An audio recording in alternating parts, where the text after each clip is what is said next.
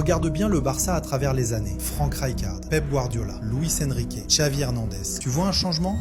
Pas vraiment. Toujours la même idée de jeu, héritée de Johan Cruyff. Contrôlé, patienté, organisé. Mais aujourd'hui, tout bascule. Regarde ce Barça version Hansi Flick. Ce n'est plus le même football. Là où le Barça contrôlait, Flick accélère. Là où il construisait, Flick agresse. Un mélange entre héritage et chaos, entre gegenpressing et piège du hors-jeu d'Arrigo Sacchi. Et ce Barça-là est en train de briser ses propres traditions. Parce que sur le papier, ça ressemble à un système impossible à arrêter. Mais alors, pourquoi ce système montre encore des fissures? Pourquoi une machine aussi agressive peut-elle parfois se retourner contre elle-même? Et si justement, sa plus grande force était aussi sa plus grande faiblesse? Voici l'incroyable tactique de Hansi Flick. Aujourd'hui, quand on regarde le système de Flick, deux choses sautent immédiatement aux yeux. Le gegenpressing et le piège du hors-jeu. Mais pour vraiment comprendre son Barça, il faut remonter 50 ans en arrière. Direction les années 70. À cette époque, un homme change complètement le football. Rinus Michels, le père du football total. Lors de la Coupe du Monde 1974, les Pays-Bas choquent le monde avec une idée radicale. Dès qu'ils perdent le ballon, ils déclenchent un pressing immédiat, agressif et collectif, étouffant complètement l'adversaire. Mais surtout, Michels introduit un principe clé. Une équipe qui défend en avançant, en jouant haut, en réduisant l'espace au maximum. Une révolution à l'époque. Mais cette idée, quelqu'un va la transformer en arme parfaite. Et cet homme, c'est Arrigo Sacchi. Avec l'AC Milan, il ne se contente pas du principe. Il l'industrialise. Chaque mouvement est synchronisé. Chaque montée est calculée au millimètre. Toute l'équipe bouge comme un bloc unique. Résultat, un système ultra agressif, ultra compact, où l'adversaire n'a plus ni temps ni solution. Et c'est ce mélange, l'idée de Rinus Michels et la rigueur de Arrigo Sacchi que Flick a repris. Mais lui l'a poussé encore plus loin, plus direct, plus vertical et plus brutal.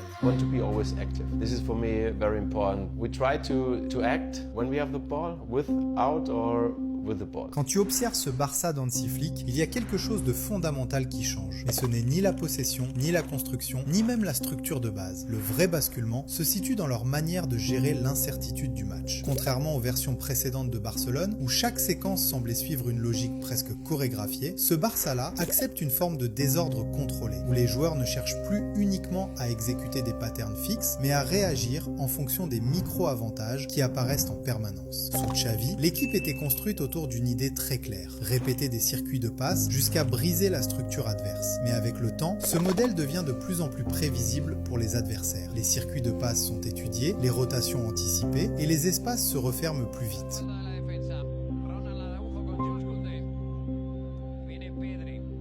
Pour répondre à ce problème, Flick introduit une rupture importante. Là où Xavi s'appuyait principalement sur un 4-3-3 classique, Flick bascule vers une organisation plus proche d'un 4-2-3-1. Un double pivot derrière, plus de liberté entre les lignes et surtout une meilleure connexion entre la construction et les zones offensives. Ce changement peut sembler subtil sur le papier, mais sur le terrain, il transforme complètement les relations entre les joueurs. Mais le Barça de Flick ne cherche pas à être plus patient, il cherche à être plus dangereux, plus tôt et surtout plus difficile à lire. La première rupture est simple mais radicale. Le terrain doit être étiré au maximum. Au lieu de construire avec des joueurs proches les uns des autres dans une structure compacte, il accepte volontairement des distances énormes entre ses joueurs. L'équipe s'étire verticalement et horizontalement dès les premières secondes, ce qui transforme complètement la lecture du jeu. Parce que plus les distances augmentent, plus la défense doit couvrir d'espace. Et plus les espaces intermédiaires commencent à apparaître naturellement. Sauf que ce modèle a aussi ses risques. Quand tu projettes autant de joueurs hauts sur le terrain, les blocs bas adverses peuvent simplement se regrouper, fermer l'intérieur et rendre les passes directes extrêmement difficiles. À ce moment-là, la structure offensive seule ne suffit plus. Et c'est là que Flick introduit une deuxième dimension, l'imprévisibilité des mouvements. Contrairement à une organisation classique où chaque joueur attaque une zone précise, ici, les joueurs offensifs ne sont pas figés. Ils ne restent pas dans des positions fixes, ils échangent, décrochent, s'écartent, rentrent à l'intérieur sans schéma rigide. Et le résultat est immédiat. Le bloc défensif adverse ne défend plus des zones fixes. Il doit suivre des déplacements constants, parfois incohérents, parfois imprévisibles. Et à force de réajustements permanents, des espaces commencent à s'ouvrir là où ils n'existaient pas une seconde plus tôt.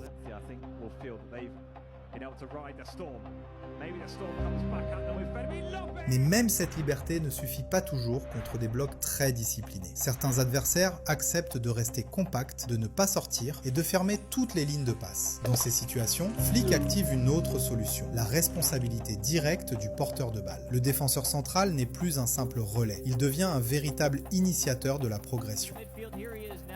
Flick ne veut pas dépendre d'un seul métronome au milieu pour organiser le jeu. Il cherche à déclencher la progression depuis la base en donnant aux centraux la capacité de casser les lignes eux-mêmes, que ce soit par la conduite ou par la passe. Cela permet au milieu de rester plus haut, d'occuper des zones plus dangereuses et de créer de la supériorité loin du ballon. Ce principe n'est pas nouveau dans son approche. Au Bayern, il s'appuyait déjà sur un profil comme David Alaba, qui n'était pas juste un défenseur dans le système de Flick, mais une arme. Capable de porter le ballon, de changer le jeu en une passe ou de casser plusieurs lignes à lui seul, il transformait chaque relance en opportunité immédiate. Et aujourd'hui, on retrouve cette même logique à Barcelone avec Cubarsí, dont la capacité à percer les lignes permet à Pedri de ne pas redescendre systématiquement pour initier la construction. Et c'est là que le système devient dangereux pour l'adversaire, parce que deux options apparaissent immédiatement. Soit personne ne sort et le défenseur progresse jusqu'à casser la première ligne, soit un joueur sort pour le presser et dans ce cas, toute la structure défensive est obligée de bouger, ce qui ouvre des espaces entre les lignes pour les autres joueurs. Cependant, ce type de jeu devient beaucoup plus risqué contre des équipes qui pressent haut et fort avec une intensité constante. Dans ces contextes, les défenseurs centraux peuvent être rapidement isolés, sans angle de passe clair et forcés de jouer long dans des conditions défavorables. Et là aussi, Flick ajuste encore son système pour éviter l'asphyxie. Il modifie la base de construction en élargissant ses centraux pour augmenter les angles de passe, tout en repositionnant ses milieux de manière plus verticale pour offrir des solutions immédiates entre les lignes. Le latéral côté ballon peut également se replier pour renforcer la première phase de relance. Cela crée une structure asymétrique en 3+2 face au pressing adverse, beaucoup plus stable mais aussi beaucoup plus flexible. Cette organisation permet de survivre sous pression tout en attirant progressivement l'adversaire d'un côté du terrain. Et c'est là que la manipulation commence vraiment. Parce qu'une fois le bloc attiré d'un côté, l'espace s'ouvre automatiquement de l'autre côté du terrain où des joueurs sont déjà positionnés pour recevoir dans des conditions idéales. Mais ce changement de côté n'est jamais sans risque, car une mauvaise transmission peut offrir une transition immédiate à l'adversaire. C'est pour cette raison que Flick privilégie souvent une autre voie, les connexions internes via les milieux. Les pivots deviennent les véritables centres nerveux du système. Ils descendent, attirent le pressing, puis servent de relais pour activer le jeu du troisième homme. Au lieu de forcer une passe directe sous pression, le ballon transite par un joueur intermédiaire qui joue en une touche vers un partenaire déjà orienté vers l'avant. Ce simple mécanisme suffit à casser la pression, libérer une ligne de passe et accélérer immédiatement la progression. La plus grosse révolution du Barça de Flick ne se voit pas dans les schémas, elle se voit dans la manière dont ils avancent. Fini le tempo lent, fini la circulation sans fin. Maintenant, chaque récupération peut devenir une attaque en quelques secondes. Le jeu est plus direct, plus vertical, avec une arme simple mais redoutable. Trouvez rapidement Robert Lewandowski, même sur des ballons longs. Une rupture totale avec le tiki-taka classique. Mais cette progression verticale repose sur un principe encore plus important, l'adaptation des profils au rôle. For me, structure creates stability. Stability creates confidence. And with the confidence, you can also see the dominance on the pitch. And this is what I want to see. Ce qui rend le Barça de Flick aussi dangereux, c'est sa capacité à adapter ses principes au profil. Il l'avait déjà montré avec le duo Joshua Kimmich-Leon Goretzka. Plutôt que de forcer un rôle unique, il exploite leurs différences. Kimmich pour contrôler et distribuer, Goretzka pour attaquer les espaces avec des courses verticales dévastatrices. Et cette logique, on la retrouve aujourd'hui à Barcelone. Cela crée du mouvement, des projections constantes et surtout une présence difficile à gérer entre les lignes. Mais c'est précisément là que Flick fait la différence. Parce qu'il ne copie pas un modèle, il l'adapte. Transformer Pedri en joueur de surface, chargé de finir les actions, n'a aucun sens. Au lieu de ça, il ajuste le rôle au profil. Pedri continue d'évoluer entre les lignes, souvent côté gauche ou dans l'axe, avec toujours la même priorité, créer, mais depuis une position plus avancée. Et quand le jeu l'exige, il peut redescendre pour participer à la progression, avec une agressivité bien plus marquée dans la construction. Avec Flick, les principes restent inchangés, seule leur mise en œuvre s'adapte aux caractéristiques des joueurs. Là où le 4-3-3 dominait auparavant, on voit apparaître une organisation plus proche d'un 4-2-3-1 avec un véritable numéro 10. Ce rôle change beaucoup de choses, que ça soit Olmo, Fermín ou Gavi, leur rôle est de chercher constamment des espaces entre les lignes. Et Flick leur ordonne d'être toujours disponibles, toujours en mouvement, toujours une option pour progresser. Et même s'ils peuvent décrocher pour aider à la construction, leur rôle principal reste plus haut, souvent dans le demi-espace droit ou dans l'axe, là où ils peuvent recevoir et accélérer le jeu.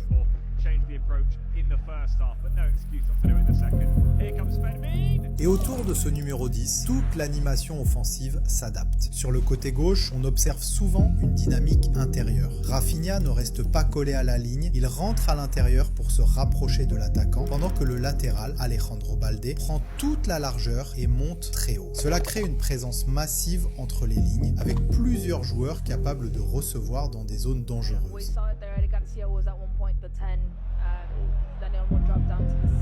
Mais sur le côté droit, la logique est différente. Le latéral droit, en l'occurrence Jules Koundé, souvent plus conservateur, choisit ses moments pour monter et créer le surnombre, notamment en soutien de l'ailier. Dans ce couloir, Flick insiste surtout sur un point, garder Lamine Yamal large et isolé, avec comme mission principale de provoquer en 1 contre 1.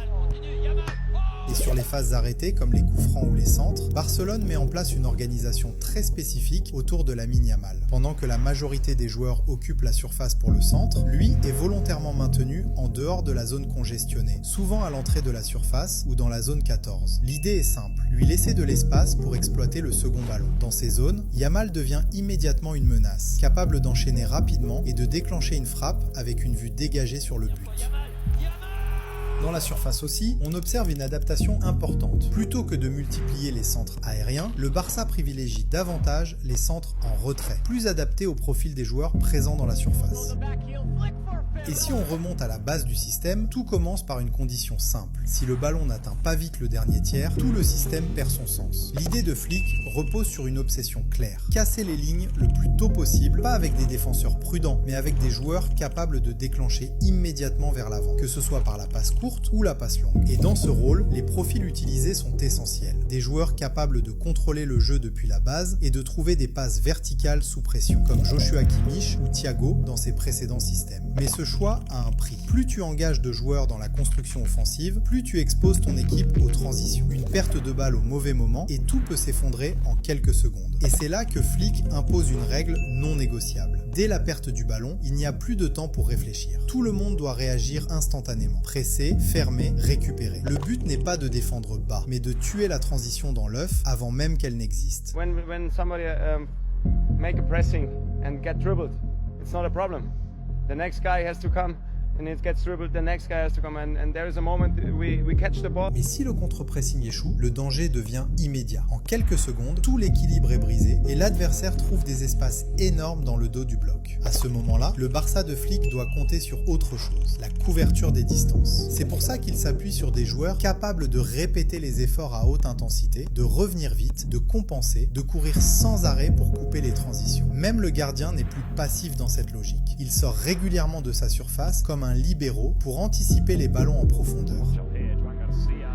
Mais quand le Barça de Hansi Flick n'a pas le ballon, la structure change immédiatement. Face à la construction adverse, Flick ajuste le rôle de son attaquant de pointe. Il lui demande de décrocher légèrement pour fermer l'accès au pivot et soutenir la zone centrale en association avec le numéro 10. Pendant ce temps, les ailiers ne restent pas larges. Ils rentrent à l'intérieur pour attaquer la première ligne de relance, transformant l'équipe en un 4-2-2-2 très compact où toutes les solutions centrales sont étouffées. L'adversaire est alors obligé de sortir du centre et de chercher les côtés. Mais dès que le ballon arrive sur une aile, la réaction est immédiate. Le latéral côté ballon monte agressivement pour enfermer le porteur, pendant que le reste de la défense coulisse pour verrouiller les options intérieures et isoler les joueurs proches du ballon.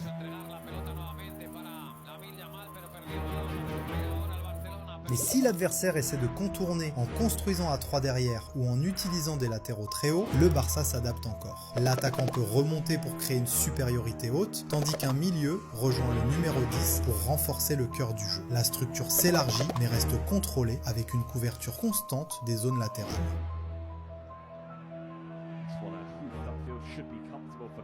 Et si malgré tout l'adversaire parvient à progresser dans le camp du Barça, l'équipe se replie instantanément en 4-4-2 avec un pressing beaucoup plus agressif sur le porteur. Et quand l'adversaire essaie de progresser depuis les côtés, Hansi utilise ses ailiers pour aider les latéraux afin de créer un 2 contre 1. Et au lieu d'incliner sa structure pour couvrir les demi-espaces, Flick garde ses joueurs centraux en place et maintient une forte supériorité centrale contre les centres. Donc pour couvrir cet espace, on peut généralement voir l'un des deux attaquants redescendre. Cela permet de s'assurer que Barcelone reste supérieur dans les deux zones les plus importantes du terrain. Et lorsqu'il récupère le ballon après cela, comme lors du contre-pressing, Flick privilégie des contre-attaques à haute intensité, où il utilise ses joueurs rapides et énergiques, comme Rafinha et Yamal, pour exploiter leur excellente vitesse afin de battre la défense adverse et créer des occasions de but. I think the high back line is what everyone's raving about, and of course you are vulnerable when you play a high back line. I will say this as a player, I never used to like playing a high back line because it leaves so much space between yourself and the goalkeeper, and if the goalkeeper's not tuned in, very quickly you can get punished. And actually, if you look at this performance against Elche, they were vulnerable. Mais ce Barça de Flick n'est pas sans faille, et le point le plus exposé reste clairement la ligne défensive très haute, parce que dans ce système, chaque montée collective vers l'avant laisse automatiquement des espaces énormes dans le dos du bloc. Et c'est là que tout devient dangereux. Une seule passe bien exécutée suffit à exposer toute la structure. Ce choix tactique qui rend l'équipe si agressive offensivement est aussi ce qui la rend vulnérable en transition. Il y a une différence énorme entre monter pour bloquer le jeu et monter pour enfermer l'adversaire dans sa moitié. Le Barça de Flick n'attend pas, il l'étouffe, si haut que l'adversaire n'a même plus le temps de respirer. Mais voilà le piège. Plus tu montes, plus tu réduis le terrain. Et plus la moindre erreur devient une bombe dans ton dos. Un pas en retard, une hésitation, un timing cassé et tout explose. Et c'est là que beaucoup se trompent. Le vrai problème, ce n'est pas la ligne haute, c'est le hors-jeu collectif. Parce qu'on ne parle pas juste de défendre haut, mais de défendre en avançant tous ensemble au même instant, sinon c'est terminé. Un seul joueur en retard et l'adversaire est déjà lancé derrière toute la défense. You know, when we played our style and we struggled in some games and get some goals, so it's always about that. And everyone speaks about the last line, the last four, but it's not about them. It's about the whole team. When we are not defending, we're pressing in front, we have problems in the defense. So it doesn't matter in which high we are defending. So this is also give them our confidence to follow our philosophy. Aujourd'hui, ce système n'est plus une surprise. Il est étudié, analysé, ciblé. Les adversaires ne le subissent plus, ils le provoquent, attirent la montée, fixent la ligne et attaquent dans le dos. Résultat, une arme qui peut dominer mais aussi devenir une cible permanente. Et il a vu Ramos qui a de l'avance, Gonzalo Ramos. Ce Barça de Flick divise, fascine et inquiète en même temps, parce qu'il joue constamment sur une ligne de fracture entre domination totale et vulnérabilité extrême. Mais si on parle de domination, il y a une autre équipe qui a redéfini ce mot sur la plus grande scène d'Europe. Une équipe qui n'a pas seulement gagné, mais qui a imposé sa loi en Ligue des Champions avec une maîtrise des grands moments presque irréels. Une équipe dirigée par Zinedine Zidane, entrée dans l'histoire comme une référence absolue en termes de contrôle, de gestion des temps faibles et de cruauté dans les moments clés. Et si tu veux comprendre comment cette équipe a construit cette domination, avec des principes totalement différents mais tout aussi implacables, tu peux enchaîner directement avec l'analyse complète juste ici. Et comme toujours, pense à liker la vidéo, t'abonner et activer la cloche pour ne rien rater des prochaines analyses.